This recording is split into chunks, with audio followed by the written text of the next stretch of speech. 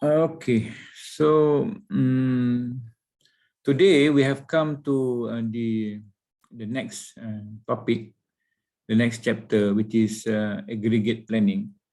I have shared with you the YouTube also in Omiji. I hope some of you have managed to view the so-called video, okay? Because that will help if you have seen it before, okay? So let's start slowly by looking at this aggregate planning topic. So by end of this lesson, we don't have we don't have two lectures for it. I'm going to finish all the topics on aggregate plan today. Okay, so it is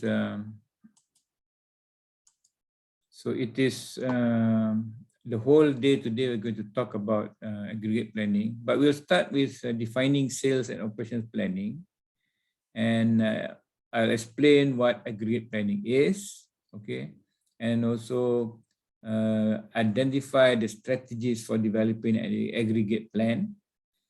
And after that, I'm going to introduce you the method, the graphical method for solving aggregate planning. And I'm not going to cover the aggregate plan for service or even the aggregate plan method on transportation. There is a method transportation. I'm not going to cover that. You're not going to, if you're interested, you can, study by yourself the aggregate plan for transportation. I'm going to, teach you the basic graphical method. And finally, understand and solve a revenue management problem. So there's another related topic which is actually called another method. We call it as revenue management. Okay, this is widely used in airlines, hotels to maximize their revenue. Okay, so I think that's very interesting and they're very important and interesting, revenue management. Okay. Okay. I think we have already studied forecasting, right? We have seen forecasting before. There are methods for forecasting. So when we forecast, okay, we have various plans. One of them is so-called long-term plans. So when we say long-term plans, it is not the responsibility of the workers, normal workers. It is the responsibility of top management. Okay, top management, senior management. So when you talk about long-term, okay, it's normally over 1 year, basically. How many years to you is long-term? How do you plan ahead? For example, you Hong, how many years do you plan ahead? After graduation, how many years do you plan ahead? What is your long-term goals? I think maybe 10 years. 10 years, okay. That's very good. At least, you have a very vision, okay. But imagine a company, for example, Toyota, they have a long-term plan. For example, Intel, right? So we have seen that there are things which are related to long-term. And there are tools that we have already studied for long-term planning, okay? Long-term planning that is required. Then another one is medium term. Medium term, we call it intermediate. So in operations management, anything that we want to execute between 3 to the 18 months is middle, okay, intermediate, okay. And normally it is the sales and operations planning team. It's not top management anymore, because top management will set the strategy, the long-term strategy, and pass down to the middle management, okay. And of course, you have your short-range plan, okay, which is daily. We have not studied this yet. You don't have any tools to actually do this. But today, what's the focus of aggregate plan is actually here in the middle. When you talk about aggregate plan, it is actually related to intermediate plans. Okay, Okay, things like, for example, capacity planning. Where do you think capacity planning that you know for facility location or also facility location, where is it important? Is it for short range plan? Is it for intermediate? Is it for long term? Yuki, which stage do you think capacity planning? Remember capacity planning, we try to buy machine, we have to think about processes or even location. Where is location decision going to impact?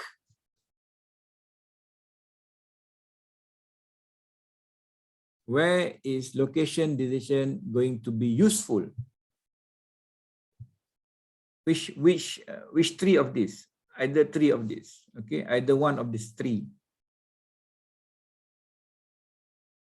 Yes, Yuki. Anyone? Which one do you think is going to be impacting on these decisions?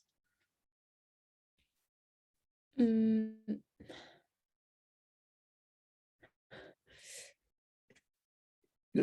decide your location. What is the the consequences?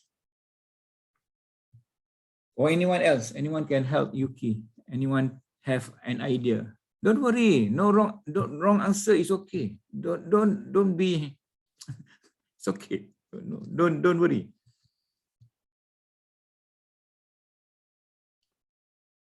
Anyone can tell me things which are new products, facility location, capacity planning.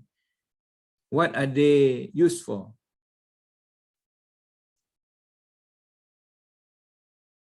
This information, this decision is going to, is it for short-term plan? Is it short-term plan? When you decide location, is it short-term plan? Is it intermediate plan? Is it long-term plan? Long-term? Yes, that's the answer I'm looking for. Long-term.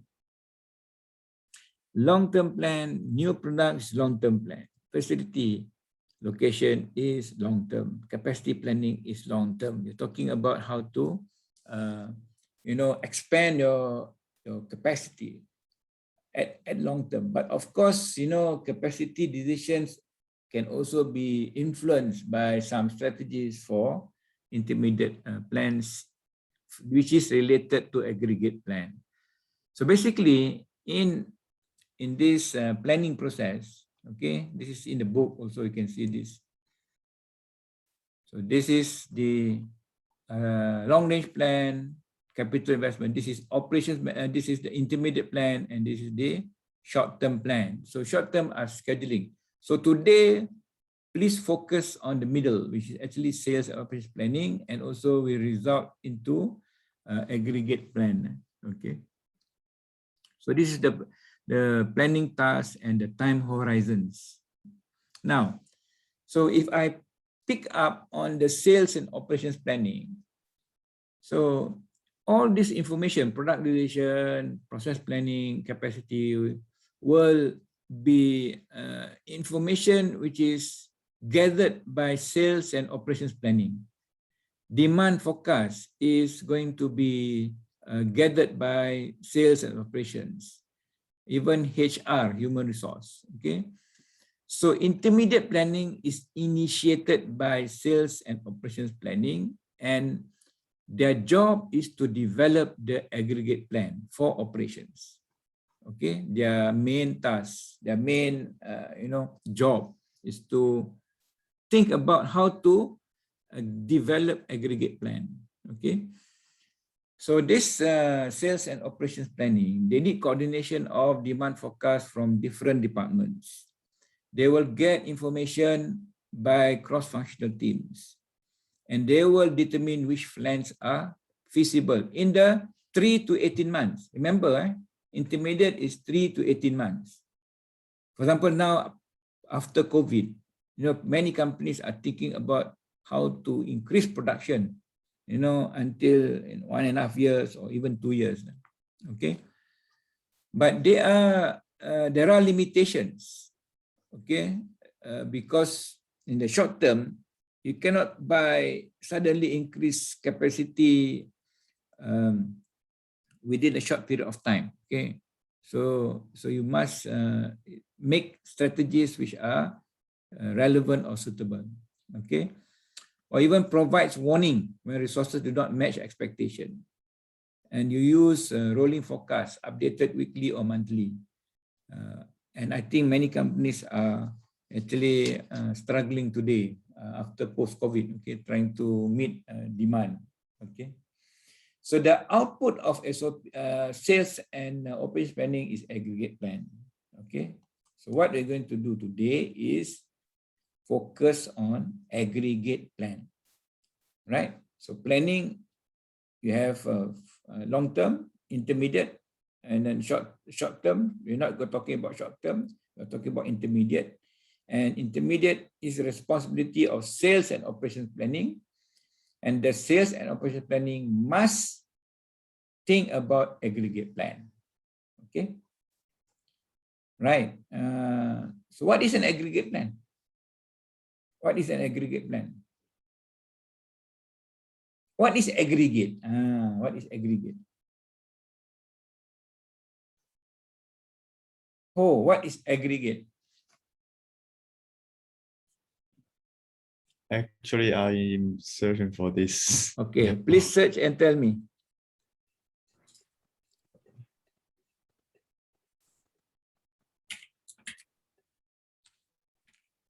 Please search and tell me what is aggregate.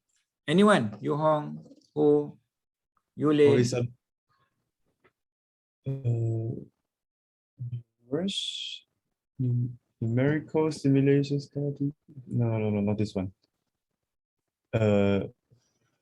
Summary something. Summary. Okay. Total. Yes. Total. Summary. Total. Okay. So I want to have a total plan. For example, next year demand is 100,000 cars. 100,000 cars, breakdown into months. Okay. And the demand is not constant. There will be some fluctuation. January 5,000, and so on. So how am I going to meet the demand actually? So basically, it is planning for intermediate term. Basically, that is the first thing that we need to know. And what will be planned? You are going to plan the quantity to produce. You are going to plan the timing. Okay, we are talking about timing, and if I produce it early, I have to keep stock. If I keep stock, I have to keep cost. I have to pay costs. That cost for inventory, holding inventory. Or if I take in new workers, I have to pay for the new workers. So these are balanced. Companies must balance between when to produce and how much to produce given the constraints. So aggregate plan is basically product families. It is based on product families and it is not individual products. We are not planning for individual products. We are planning for the whole range. Okay.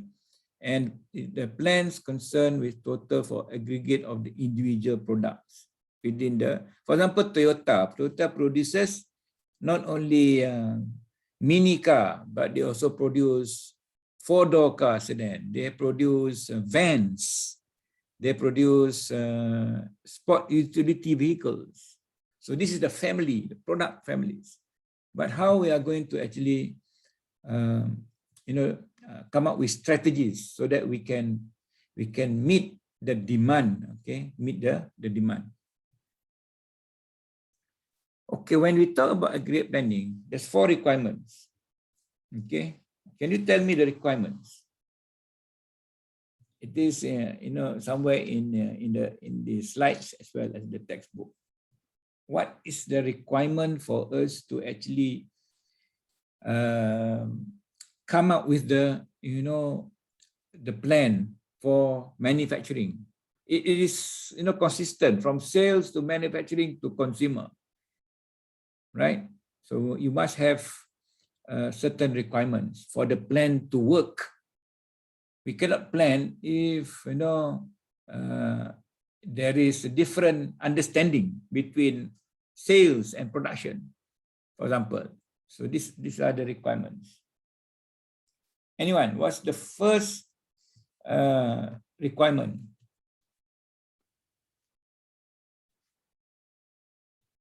Yule, anything that you found? What's the requirements for aggregate plan? Aggregate planning, or for that matter.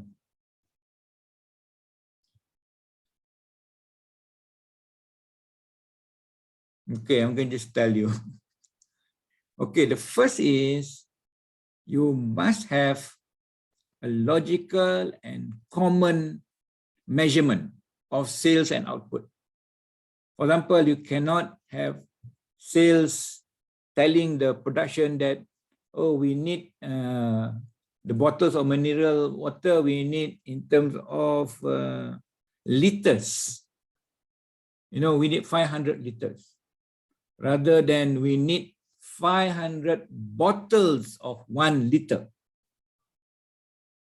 Okay, understand? 1 liter bottle, 500. So the measure must be consistent throughout.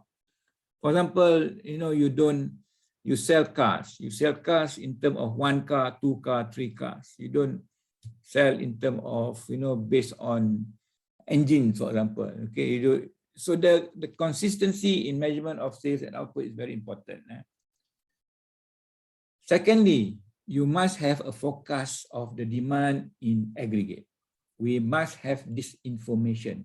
For example, January, how much? February, how much? So this comes from the sales forecast. And based on our, you have seen these tools before. We have seen these models for measuring, or not measuring, for calculating demand forecast. So we need to have that. We need a method to determine costs. Determine costs in terms of how much to increase production, how much if you reduce production, if you lay off workers. Of course, these are based on some assumptions. Okay, but there must be cost elements. You must have cost information. If you don't have cost information, you cannot make the decision. Okay. And then you need a model that combines forecast and costs. That means the technique that you use to develop the aggregate plan must be having this. You can combine the forecast and the cost, and you can do the calculation. We'll look at the example after this. Not example, but the model that we can use for the planning period. Okay. Right, so that's the 4 basic requirements that must be fulfilled. So basically, the objective of aggregate plan is, the book says usually to meet. I don't think usually to meet. It is actually to meet. It must be to meet forecast demand while minimizing costs. Okay, so our objective is we want to minimize costs over the planning period. If I have 1 year, 12 months to plan, so I want to know the 12 months cost of different kind of strategies. Okay, so that's the objective of aggregate planning, basically. Okay, to meet forecast. Okay, when we have been saying forecast demand, so it's like this. Okay, when I say family of of products, the book gives example of this. It is a family of lawn mowers. Family of lawn mowers. This is one kind. This is one kind. How many kinds are there?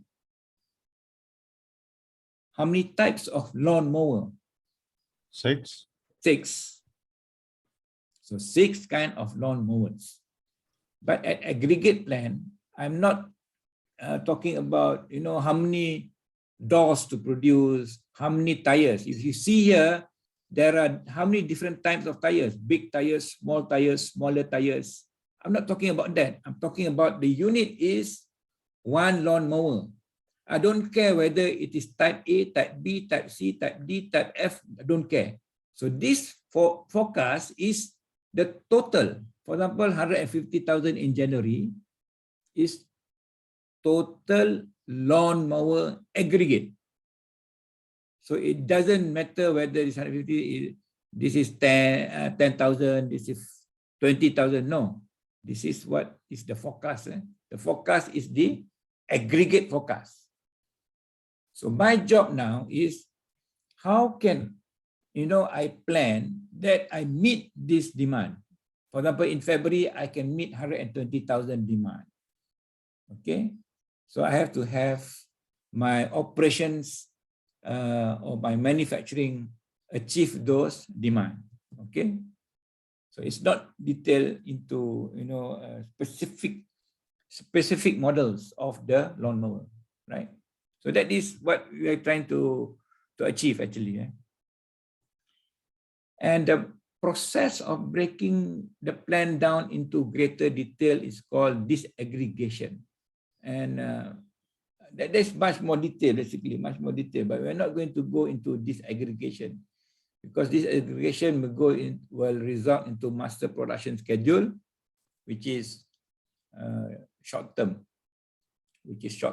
planning, which is input for MRP, where you're going to study next chapter. Okay, but just bear in mind that aggregate planning is the intermediate ballpark figure. Okay, ballpark figure. Okay, right. Any questions? Any questions? Probably because you have not seen an example. Okay, we need to see an example, then only probably we can understand further. So bear with me for a while. So what are the strategies? Can you refer to the book and tell me what are the strategies that we can use or companies use, basically? Companies use. What's the first strategy? It's on page 573. Should inventories be used to absorb changes? Yes. Should inventories be used to absorb changes in demand during the planning period? Okay. So basically, it's like this. If you think about it, should you have inventory? Should you build up inventory to meet the, for example, if in January, look at this. Look at January. January, how many is demanded? How many is requested? 150,000. So if, for example, I produce 150,000, I only meet the January demand. But if I produce, for example, 200,000, I have 50,000 in inventory, right? So when February comes, I don't have to make 120,000. I can make 70,000 to meet the, so I increase my production earlier so that I can meet the next period demand. So that's the meaning of should I build up inventory, But of course, when February comes, if production say we produce 120,000, I have 50,000 extra in January, so I'm going to carry that inventory into March. Is there cost involved? Will there be cost involved in carrying the inventory for the next period? Obviously, yes, right? Obviously. Okay, so that is the thinking now. The thinking is how to meet 150,000 in the month of January. Should I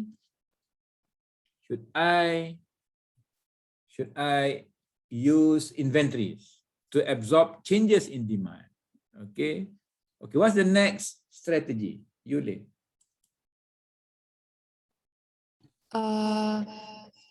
Change the accommodate by verifying the size of workforce. Okay. So we accommodate the demand changes by changing our workforce. That means, for example, I have to make the quantity of 150,000. I need, for example, 20 workers. Okay, suddenly next month increase, I need to increase my workers, because if I don't have enough workers, I cannot produce that the next month demand, for example. So that is what you mean by that. You try to adjust the number of workforce so that you can meet the demand, increasing or decreasing. Decrease, you decrease the volume. Okay, increase, you will increase your production volume to meet the demand. Okay, so so that is another strategy.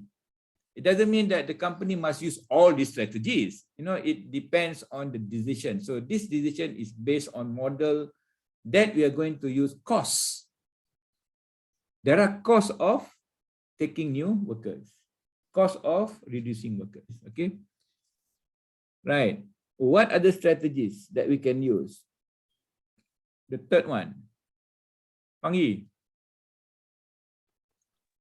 Should part-timers be used, or should overtime and Very clear. idle Okay, time for example, absorb in peak season, for example, in Chinese New Year, you know, you need to send the goods faster to the people. So you bring in part-timers, right? You bring in overtime work. So this is, you know, to absorb the sudden change, increase. So you can use that also. So that is also a strategy, but there is cost involved.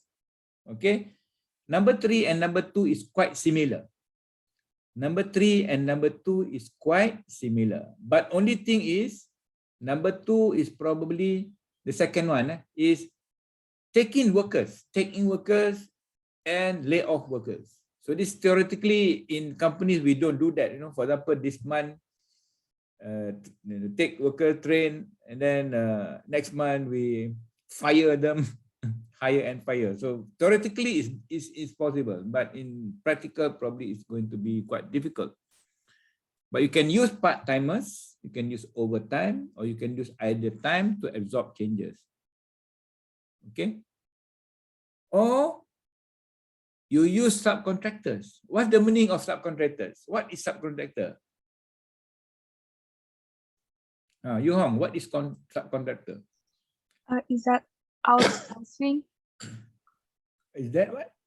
Outsourcing. Yes, exactly. Exactly. You're right. Okay.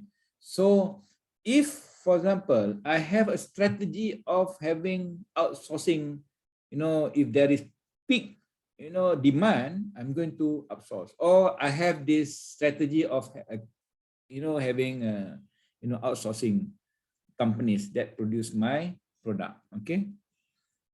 So that is considered as also one of the strategy for us to, you know, meet demand. Okay.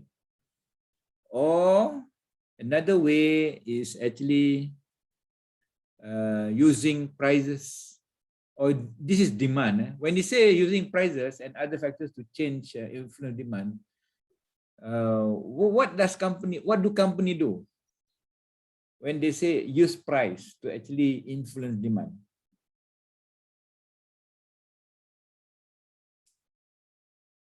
When you say price is being used to influence demand, companies will offer discounts. You know, we've seen inventory model discounts or sales. Okay, you know, year-end sales. All these are actually trying to influence demand. Okay, right. So these are the kind of strategies that can be used by companies to determine aggregate demand. Okay. So that will, you know, in much more detail, it falls under capacity options or the demand options. So there's 5 capacity options. Can you tell me the 5 capacity options that is used by companies? Related to the, you know, the one that we have mentioned just now. The first one is actually, the first one is changing the inventory levels. Which is related out to our first strategy just now, right? Yes, That this yes. is actually let me just I didn't type it. Inventory demand. Changing, actually I have the answer already. Inventory levels. Changing inventory levels. Okay, I'll just type so that you can. Okay, the second one. Second one is We borrowing. can change the, we can this is varying. Varying, that varying. is the second strategy just now. Varying means to what do you mean by varying? Change or to increase or to decrease. So we are going to vary. We are going to play around with the what they call size, workforce size, by hiring and layoffs. Okay. So imagine this. This is actually our planning. So planning, we are going to try and error. Try and put in extra workers and see. This is our planning. It's on the table. It's not the real.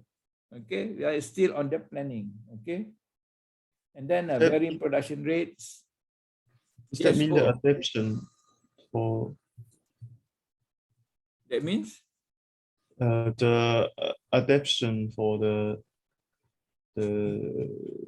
like the planning strategy, the second one planning strategy. the intermediate. Oh, you mean the second one, which is actually changes in demand to accommodate? Yes, that is the second one. The second one is related to that. So if you another one is actually to vary production rates. Production rates can be so-called increase or decrease based on the number of workers as well. Okay, so that is also, that is the third one. So this is actually true over time. Okay, sorry, true over time and idle time or idle time. But we don't have idle time a lot in companies. Okay, we don't have idle time. Idle time very scarce. Very scarce. What else? And each of them will have their own strength and weaknesses in terms of cost involved. Okay. Just now Yohong said subcontracting. Okay, subcontracting, contracting. Okay, contracts. So for example, Flextronics. Flextronics is a big electronic subcontractor. Flextronics? Have you heard of Flextronics? F-E-F-L-E-X. Flextronics. It's actually a company which assemble all the printers. Okay, printers for HP, for Canon. Okay, use part-time workers. I hope you have you have an idea, right? You can have many kinds of strategies. But these are capacity options. When we say capacity options, it means it will be able to either increase your capacity in the amount that you can make, the quantity that you can make. You can increase or decrease. So this capacity. So you use part-time workers. Part-time workers. Okay, time workers. Right. And there are advantages, there are disadvantages, and whether it's applicable in service or non-service. Okay, then it will, another option is demand options. Okay, demand option is influencing demand, back ordering during high product periods, and counter seasonal product and service mixing. So this is demand options or demand strategies. Okay, I'm not going to write this. I think I've already compile this is from table 13.1, table 13.1. So I've mentioned to you there are 8 options, 5 from capacity, 1, 2, 3, 4, 5 from capacity, 3 from demand options, influencing demand, try to use excess capacity, discounts, draw new customers, back ordering during high demand periods. That means you try to allow people to order beforehand, okay? If they are willing to wait, basically, so back ordering, or counter seasonal product and service mixing, which is they make counter seasonal. That mean they have different seasons products, okay? Right. And anyway, these are the different kind of strategies that can be aggregate planning purposes, aggregate planning options. Okay. Questions? Any questions? Right until now? No? Okay. So now you have an idea that okay, we want to actually meet our demand, and we have many strategies. Different companies will have different strategies and different policies, okay, policies. But there is also so-called mixing the options, okay, can mix them. So it you cannot just, you don't have to just use, you know, for example, just hiring and firing only, but you can also use subcontracting as well at the same time. So this mixing options, there is 2 kinds of mixing options, which is actually normally in aggregate plan, we call it chase strategy. What is chase? Chase. When you say chase, what do you mean? It's a game. It's a game. Yeah, your game. You're right. It's a game. Chase means you have to chase you have to actually meet the demand. Meet the demand. Okay, that's chase strategy. But what about level strategy? Level strategy versus this is chase versus level. Okay. Do you want to you know, your company, which is cheaper? Which is cheaper to have a level strategy? Level strategy is produce consistently the average demand, for example, and those we cannot meet, we subcontract or we do overtime. Understand? So that is level strategy. Okay, we see the example after this. Okay, the explanation on this is actually this. Okay, so when we say chase strategy, it is chasing. You match output with demand for each period. For example, January 150,000. Chase strategy, make 150,000, sell to the market. The production must equal demand. Chase. February 120,000. Chase. 120 make, 120 sell. So what happened throughout the planning period? You know, if you don't have enough workers, you have to bring in new workers. If you don't have less production, what do you do with the extra workers?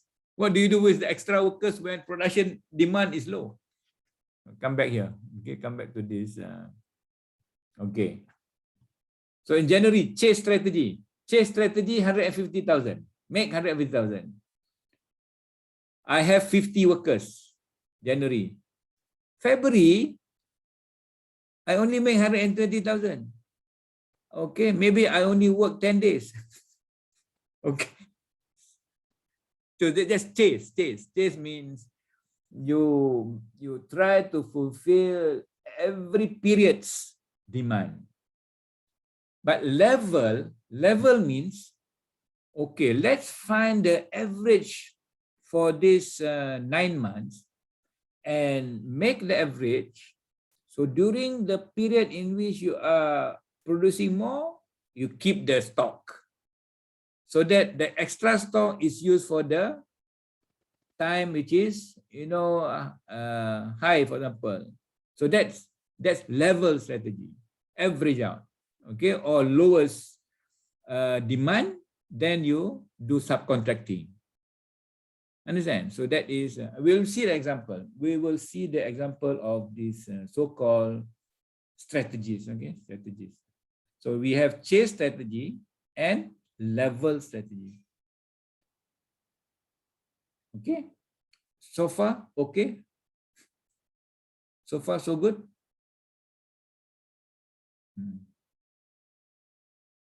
Hi, so chase. Okay, favored by many service organizations, you need to vary workforce and vary production rate.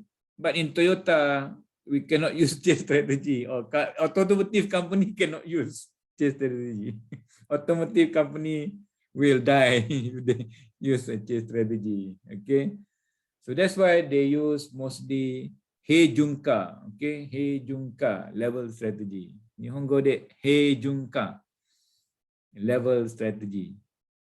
Okay, so level strategy, daily production is uniform, but month to month probably there is a slight different in terms of the rates, but not much. Okay, it doesn't affect the workers that you need to bring in. So level strategy, uniform production rate, you use inventory or either time as buffer, so that you can make, you can use that inventory for period of high demand. And level strategy is stable production leads to better quality and productivity, like Toyota, like big companies, automotive. Anyway, some combination of capacity options, mixed strategy might be the best solution for some companies. Okay, but anyway, you can think, that means you can mix option to develop a plan. Now, so we move on now. I've already explained to you the basic of sales operations planning, intermediate planning, then the basics of aggregate planning. So now you have an idea of what aggregate planning is and how to develop that plan. So this is the tool. This is the method. Okay, now we're going to do some mathematical method. So we need some mathematics to actually determine the plan. But of course, the plans are depending on company and depending on situation. But this is just an example. It can be many other approaches, not approaches, many plans, okay, many options. You can have 10 options or can 5 options. But this graphical method that we are going to go through, graphical method, is very easy to understand and use, very easy. It is trial and error approach. Of course, it will not guarantee optimal solution, but this is the, a very logical and common sense. It's a common sense, and require only limited computations, very limited calculation, which is sometimes, okay, just to share with you, we don't need complicated tool to solve a complicated problem. We need a simple tool to solve some complicated problems. Okay. So there is 5 steps for this graphical method. 5 steps. Okay, it is you can refer in So the first one is what? Demand for each period. So if you don't have the demand, we cannot solve this problem. Number 2, determine the capacity for regular time, overtime, and subcontracting for each period. That means we need this information. If we do not have this information, then we cannot basically solve the problem, basically. Okay, so you need this information. That's the assumption. The assumption is that we have overtime, we can subcontract these components. But of course, you know, Toyota cannot subcontract their you know, Lexus. This is if it is possible. Then the third one, we need to have some information of cost. Okay, we need to find out labor cost. To find out labor cost, you need to also probably labor cost come from hours of working or coming from how many workers. So this information is basic, okay, basic. For example, to do the job, we need 5 workers. They are paid, you know, 1,000 yen an hour. They work 5 hours. So that's the labor cost. Just multiply out the number, multiplied by the rates, and we can get. And you need to have hiring and layoff costs, okay? Because this is related to if you come up with a strategy of chase, basically chase, you need to hire and lay off. Chase strategy, you need to have cost of increasing the production, that is actually hiring, or cost of reducing production, lay off, okay? And inventory holding costs. Whatever inventory that you carry, you need to actually have some, you know, cost estimation, okay? Right. And of course, you have to consider company policy on workers and stock levels, the company practice. And you develop alternative plans and examine their total costs. So basically, these alternative plans are by try and error, okay, or by, you know, trying to figure out which strategy. But the basic is there just now. The basic is you have, you know, that 5 capacity options, 3 demand options, and either you are chasing or you are leveling. Okay, that's very you know, the most important thing to understand basically. Now, using the same example, not the same example, okay, different example, not the lawnmower, okay, not the lawnmower.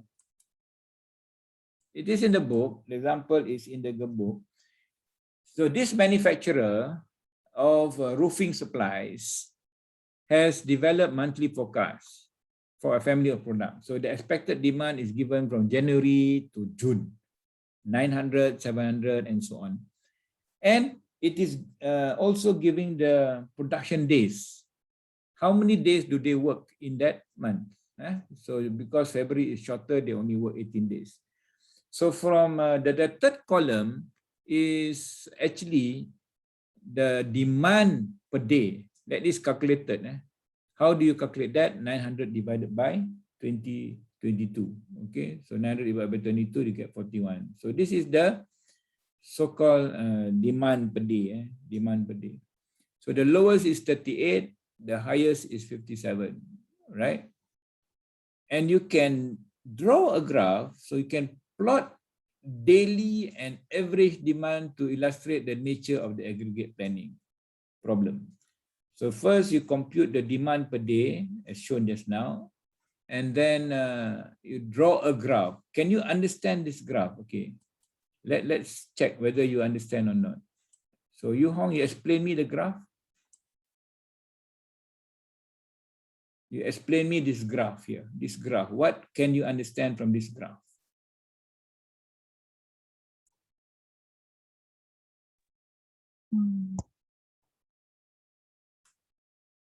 Or Yuki want to help Yu Hong? Anyone, it's okay.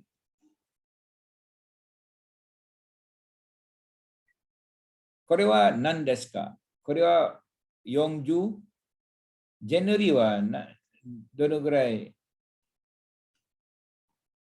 irimasu? Nihongo de hanashimasu ka?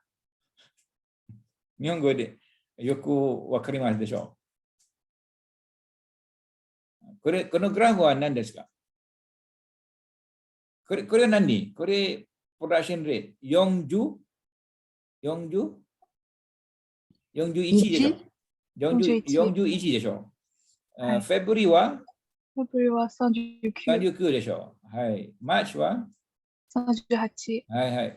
これは毎日の生産レートね。生産の、それから生産とディマンド。生産する、ディマンドできます。生産する、ディマンドできますでしょ。だからこれはグラフは毎日のディマンドとプロダクションね。So each month, so this graph, so this is the forecast demand until the June. 2June には何ですか？雪。22、January の下、22が書いています。これは何ですか？ Production days. そう、production days。18は working days, production days, right? Because 18 times 39 will get you 700 for the month, okay? Because month you need 700, but you make it every day to produce 700 total, total. Same as for March 800, so you need 38. So what you Excuse do? me. Yes, home. Is that mean in January you need 22 days to make like You need 22 days to produce 900. 900. Yes, you need 22 Oh. days. No, the working days is 22. So it's already like, you minus your holiday. Seisan no hi wa niju ni nichi. It's just working day, right? Working days. So this is working days. All these are working days. Working days and production days. Okay. So you draw the graph of forecast demand, and then secondly, you draw a dotted line across the chart, which represent the production rate. So in this case, total is 6,200. So the average requirement is 50 units per day. And if you produce 50 units per day, you can meet the demand for the 6 months. Correct? If I produce 50 per day for 6 months, all this demand will be fulfilled. Okay? Yes. But of course, if you produce 50, then the extra, this become inventory, this become inventory, this become inventory. This inventory is going to be consumed from April onwards. Nah? Okay, let's. So the book says that we are going to come up with 3 different plans. Number 1 is keep workforce constant throughout the period at average demand. So if I produce 50 per day, I don't have to increase the worker, reduce the worker. Correct? Okay. Plan 2 is, so I want to know how much it costs to make plan 1. I want to know, for example, plan 1, how much is actually costing me. Understand? Okay. So we need to, we can actually come up with these different plans and find the cost. Second plan, level strategy at lowest demand rate and subcontract out those beyond that demand. Second plan. Third plan is chase strategy, hire and fire, chase, chase to meet the demand. Okay. So let's see how much all this will be compared. But we need information. We need this cost information for the company, which is given. It's given. Of course, if the company doesn't have, it must find out this cost and also the policy of the company. So inventory carrying cost $5 per unit per month. Subcontracting cost per unit $20 per month. Average pay rate, workers pay rate is $80 per day. Assume they work 8 hours a day. Overtime pay rate $17 per hour. Whenever they work beyond 8 hours, that is overtime pay. Labor hours to produce a unit 1.6 hours per unit. Okay. So if I have 30, if I have what do you call 10 units, I need 16 hours, for example. Okay. And this is what I mentioned a few times before. The cost of hiring and training, which is cost of increasing the daily production rate. So it is $300 per unit. Okay. It is assumed that some calculation have been done and this is the cost of increasing, cost of decreasing. So when you have chasing, you have to have this cost. Okay. Right. So let's look at plan number 1, which is constant workforce. So when we say constant workforce, this is constant workforce. Okay. Constant workforce is this level strategy number 1, which is constant at 50. Okay. I'm going to assume that I'm going to make 50, okay, production at 50 units per day. So if I work 22 days, I am going to produce 1,100 units. But the demand forecast is 900. That 200 is what we call as Yule. That 200 is inventory. Correct. Plus 21. Inventory, right? That is excess inventory, extra. I repeat, okay. In January, okay, the demand is 900, but because I'm following this plan of level production at 50 units per day. So 50 units per day, I can produce 1,100. 50 times 22. 50 times 22 is 1,100. So the ending inventory is 200. That means at the end of the month, I have to keep the 200. I cannot, use that because it's not demanded. So you do for the next month, February. February unit product produced is 900. So I demand 700. I have excess 200. And I increase my ending inventory to 400 because 200 plus 200. Now I have 400 in my storeroom. Okay. When it comes March, you produce at 50, at 21 days of working. This is the demanded forecast 800. I have another 250 extra. Okay, 650 now in my storeroom. But in April, I produced also 1,050. The demand is 1,200. So I am able to actually use this 650 to cover this, 1,200. So the monthly inventory is going to minus 150 because I'm going to use up this, and the ending inventory become 500. 650 minus 150. You understand this? This is the mathematics, the calculation for each period and the ending inventory, because I want to know what is the total inventory that I have to holding the what they call inventory to meet the demand of the future. Okay, so the ending inventory, so if you total up this, of course it will go to zero. If it doesn't go to zero, that means your calculation is wrong. Okay, the inventory must go to zero.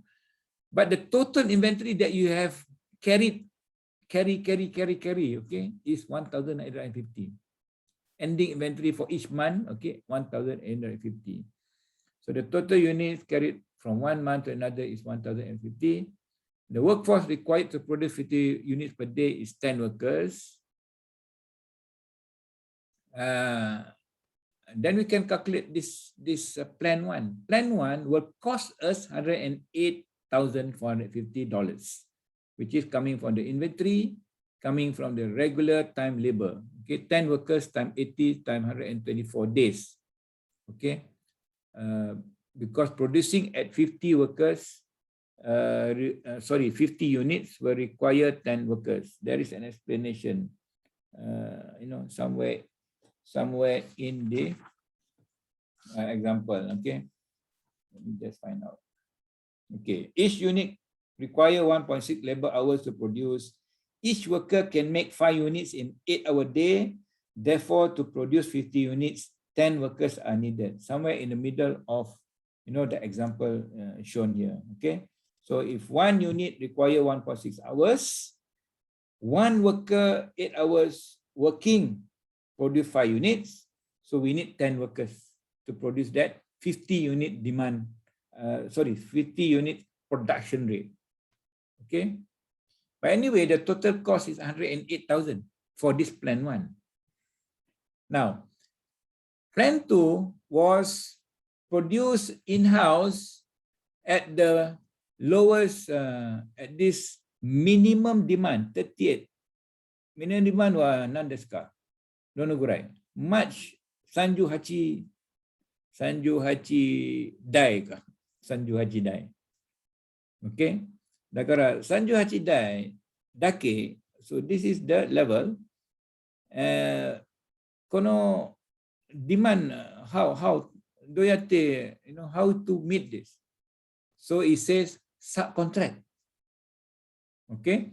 So in-house production for 130 days, you can only produce 4,712 units. The remainder, which is 6,200 minus 4,700, 1,488 is going to be subcontracted out. The cost of subcontracting is, subcontracting cost per unit, $20 per unit. That's all. 20 units, $20. So you're going to require this cost, 29,760 for subcontract. And the total cost for plan 2 is 105,152. Okay. So now I have 2 plans already. So the first plan is 108,000, second plan is 105,000, right? So let's move to this is a bit, plan 3, plan 1, plan 2, very straightforward, okay? Plan 3 was hire and fire, okay? Hire and fire. So, if you look at this graph, this table, in January, how many? Don't know Irimaska.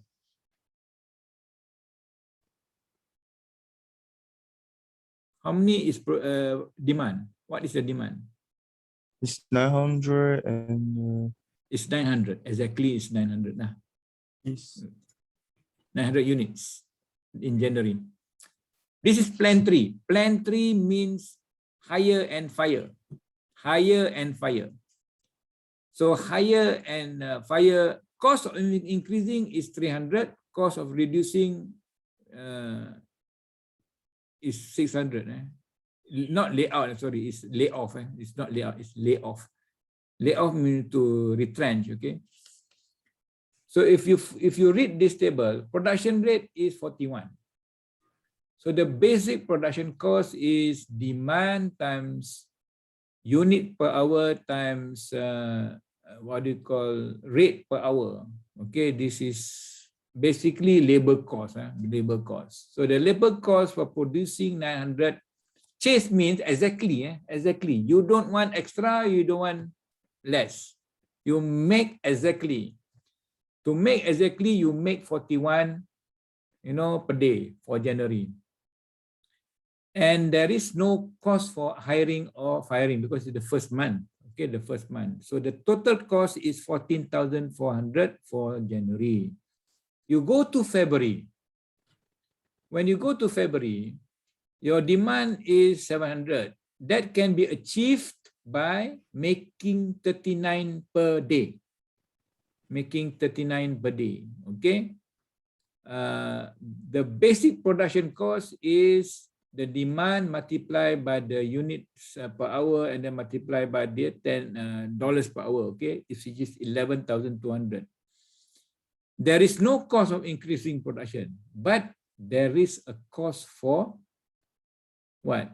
Extra cost of decreasing production because you are laying off. You understand? 900 reduced to 700. There is a reduction. So it's actually not this. This is reducing here. 41 minus 39 is you are reducing 2 units of production. So it is 2 multiplied by 600. So it is 1,200. So the extra cost of decreasing production from 41 to 39 becomes 1,200. And when you add this 11,000 plus 1,200, you get 12,400. Are you following? Wakarimasu ka? Shitsumon.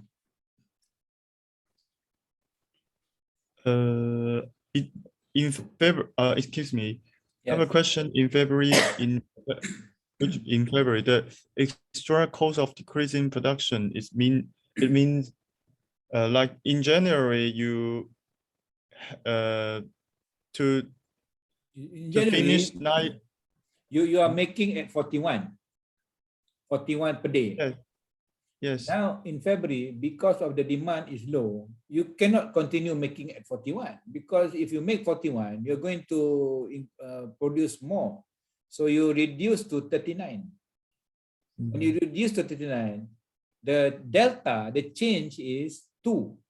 Okay, so the extra cost of decreasing 2, which is 41 minus 39, multiplied by 600.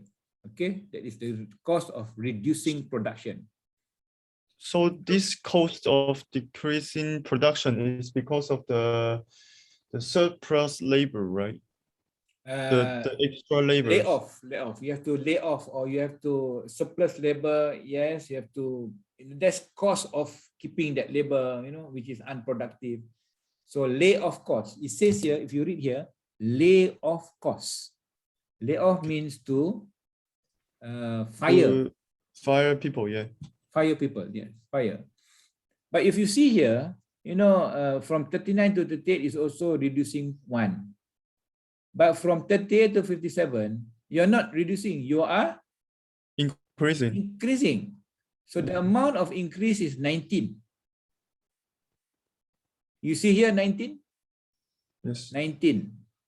So 19 multiplied by 300 will cost you 5,700.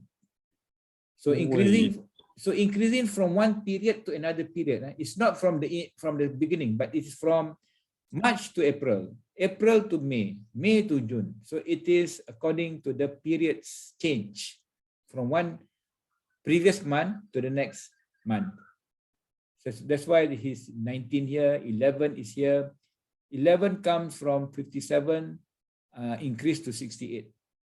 And this is a minus 13, the reduction in 13. Okay. So you the reducing, like you lay off workers is more expensive than you hire new people, right? Yeah, it is. It means if your forecast is good enough, and you can, like in March, you can you don't do the layoff workers. Then in April. No, if we'll see after this. Okay, we'll see after this. The forecast is you can improve the forecast, but what if the forecast is like this? What if the forecast is like this? Okay, so if you see here, the total cost is actually how much? How much is that? It's 117,000 actually. For plan 3, it is 117,000. So this is the plan 3. Plan 3 has it just follow. Okay, so here is the summary actually.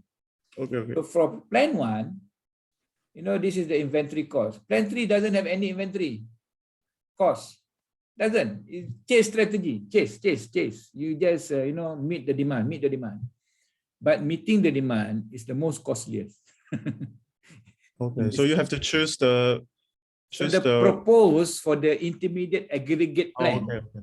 Aggregate plan, our aggregate plan now is plan 2, which is produced at the middle demand and then the smallest demand, and then subcontract. because there is a subcontract cost. This is cheaper. But if the subcontract cost is higher, then it's going to be difficult. Okay. Okay. Right. Take a 5-minute break. I know you're going to, you need this 5-minute break. Take a break. Go and take a coffee to freshen up. Okay. So I'll see you in 5 minutes or 10 minutes. Yule? Okay. Thank you. Okay. Okay.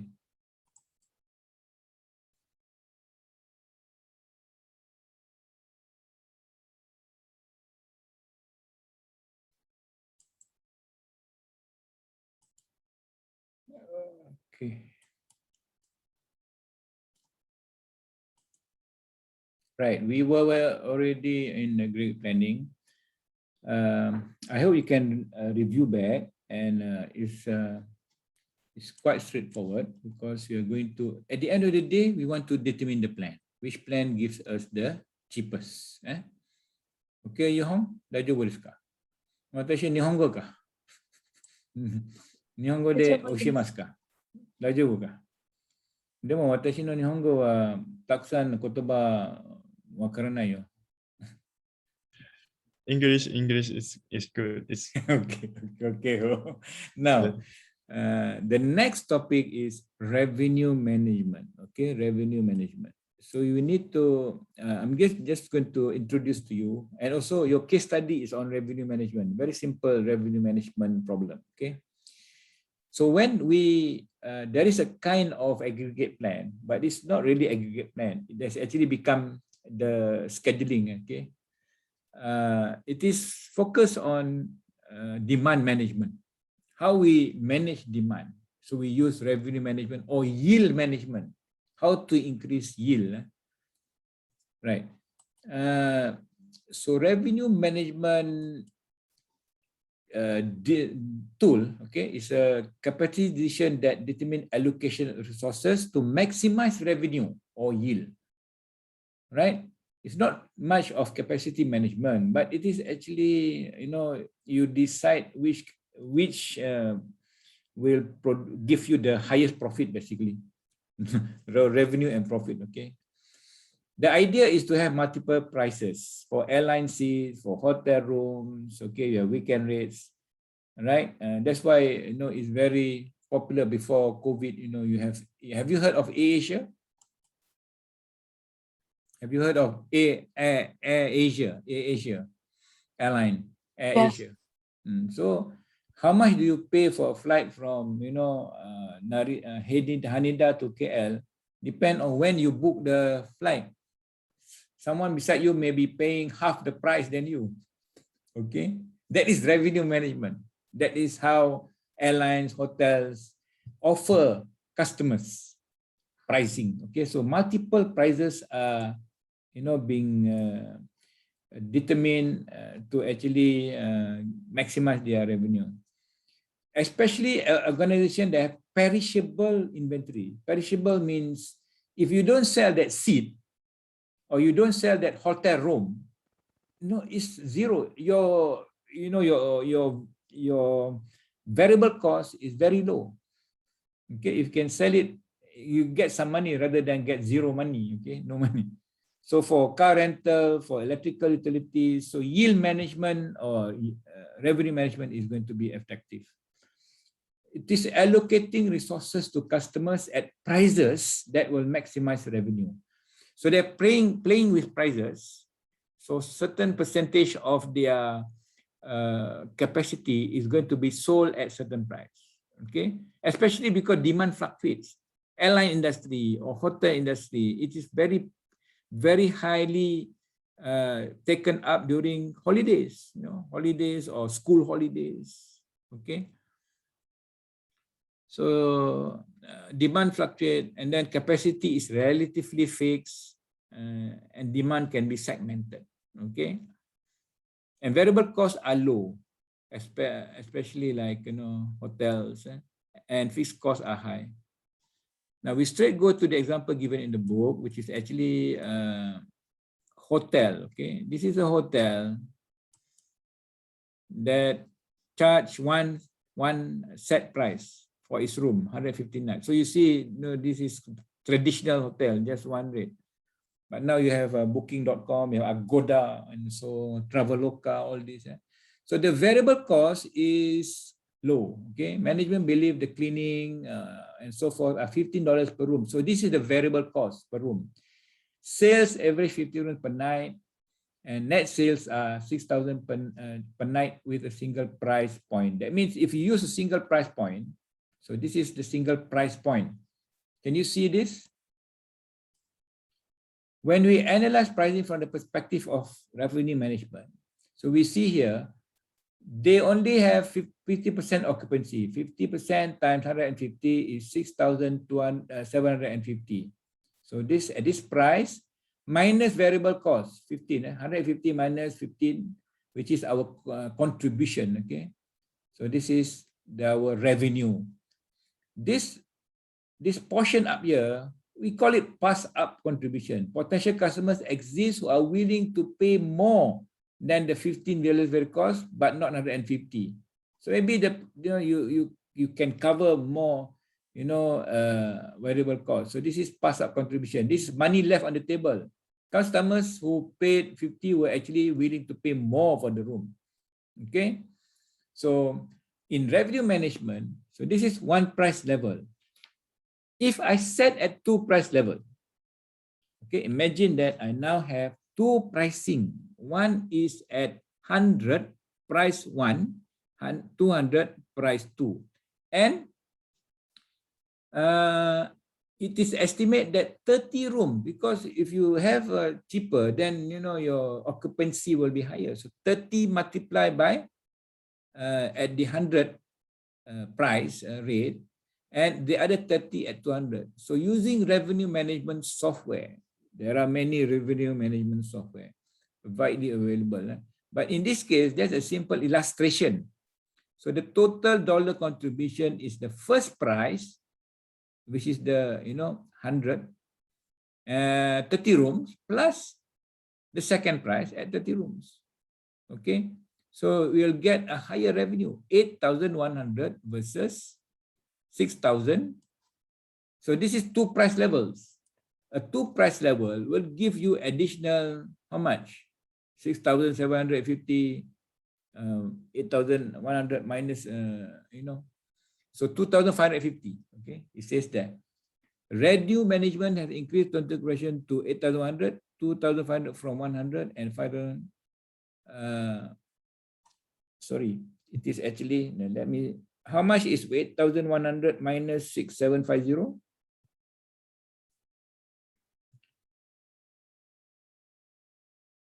How much is 6,750? Just now 6,750.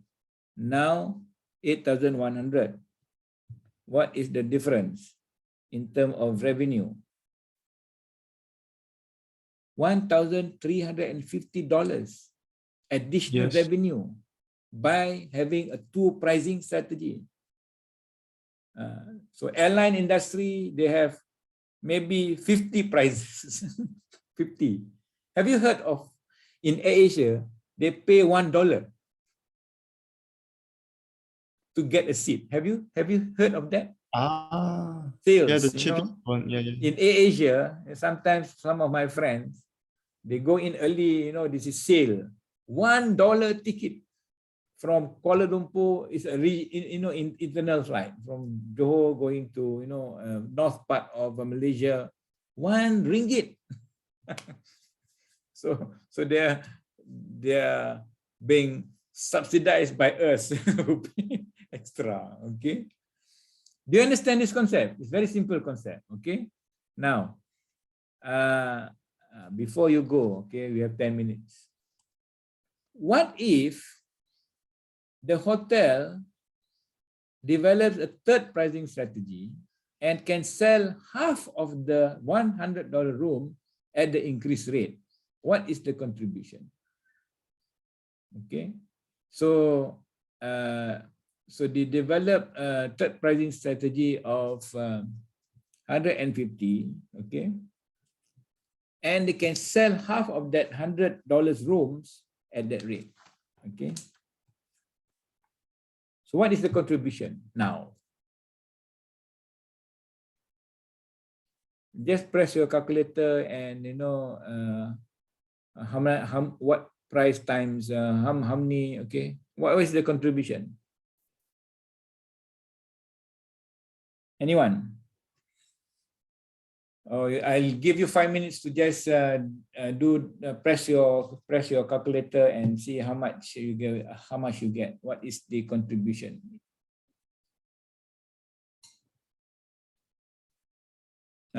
Okay, just 5 minutes for you before we end our class today. For you to just you understand the question. The question is, okay, if this 100, okay, instead of this, so they have 100, 150, and 200. Of course, 150, you have half of this 100. Initially, 130 rooms. So you have 15 rooms, basically. 15 rooms that is selling at 150. So this current pricing strategy is 100 and 200. That's 200 and 200. But now, the hotel wants to introduce the third pricing strategy, 150. And you can sell half of the 100 rooms as $100 room, which is currently 30. Now you break into two. So 15 is 100, 15 is 150. And of course, the remaining 30 is still at 200. What is the contribution now? Okay. So I give you 5 minutes to figure it out. And after 5 minutes, after 10 minutes or 5 minutes, you can tell me the answer. Or you can type in the chat the answer. Yule, type in the chat the answer. And Ho, type in the chat the answer. In the chat box, okay? Chat box, type the answer.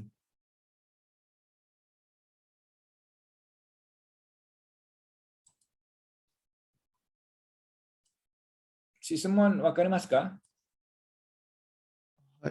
Yes, I'm doing with it. Okay, calculating. Please calculate.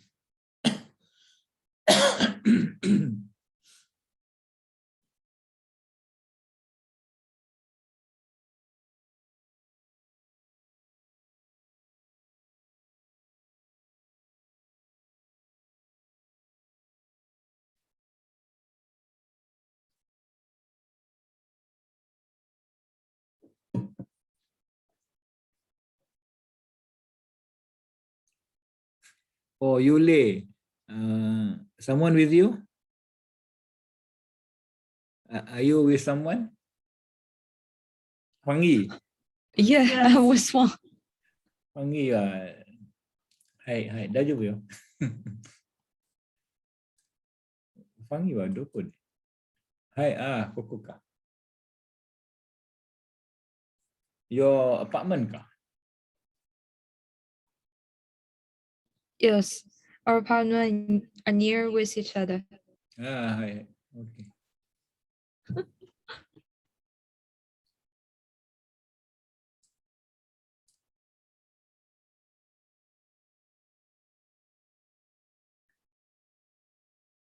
Wait, how many rooms do they have again?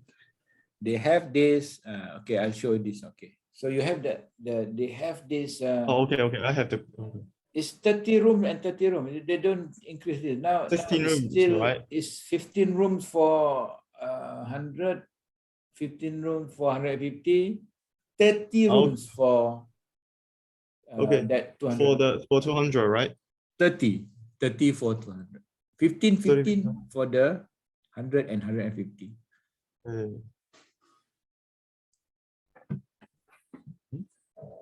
Maybe I can show this and so that you can visualize. But you don't forget to minus the variable cost, okay? Because if you don't minus the variable cost, minus the variable cost, okay? Yes.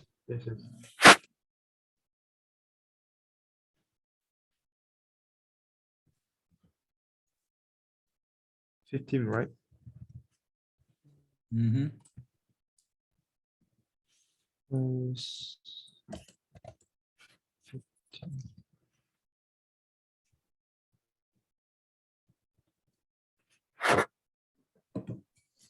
plus.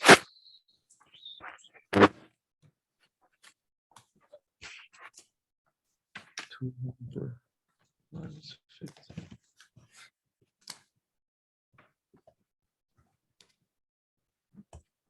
Google for the answer. What is this? Hold on, I'm calculating this. So someone have given me the answer. Okay.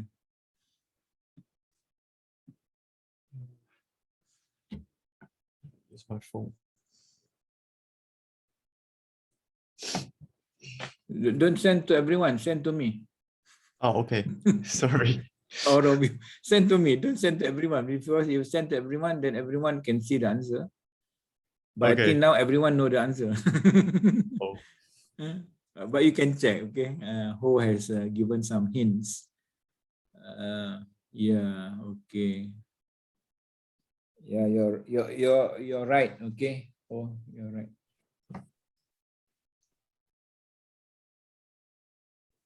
So if you go to the, you know, so what are you thinking, Yule? Let me, ask you, what are you thinking now? How are you trying to solve the problem?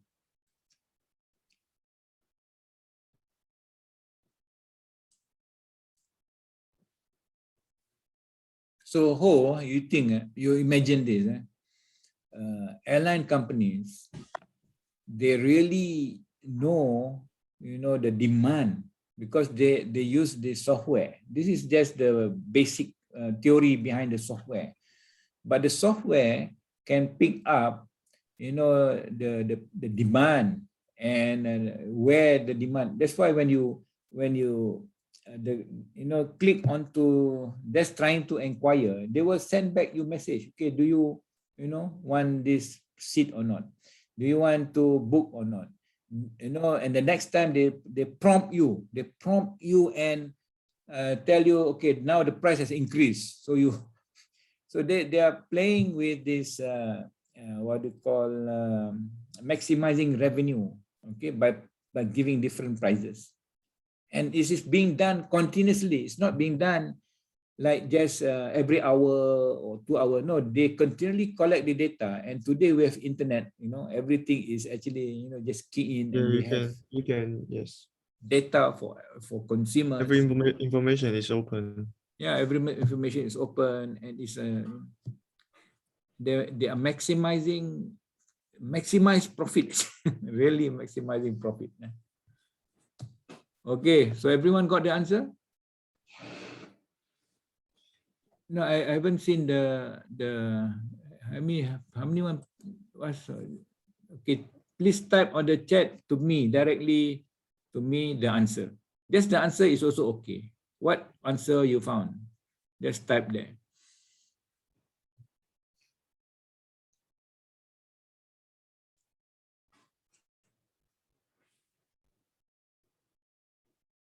Yeah, who got it right? I know, because he has sent me directly. Yu Hong, you got the answer. Yu Hong wa doko desu ka? Mada ka? Fang Yi, Yule, Yu Hong, right answer, correct answer. Yuki, correct answer. But Yule and Fang Yi, not so correct. So you need to check. Okay. So the answer is 8,850. So please check. Please do the calculation again and check. The answer is $8,850, which is 15 times 85 plus 15 times 135 plus 30 times 185. I repeat, 15 times 85 plus 15 times 135 plus 30 times 185. Correct, Ho? Yes. Yeah, okay. Right. Okay. Ja, Kokomadin. Hai. this until now only. So today the aggregate planning, you need to revise a little bit if you really want to, And please do the case study, which is actually the revenue management. It's very straightforward. Okay. Right. 何か質問がありますか? 質問がありませんか? あります。あります。何ですか? It's actually about the UTM program. So I want to ask you, there any information or news whether we can go to Malaysia? Oh, I will stop this.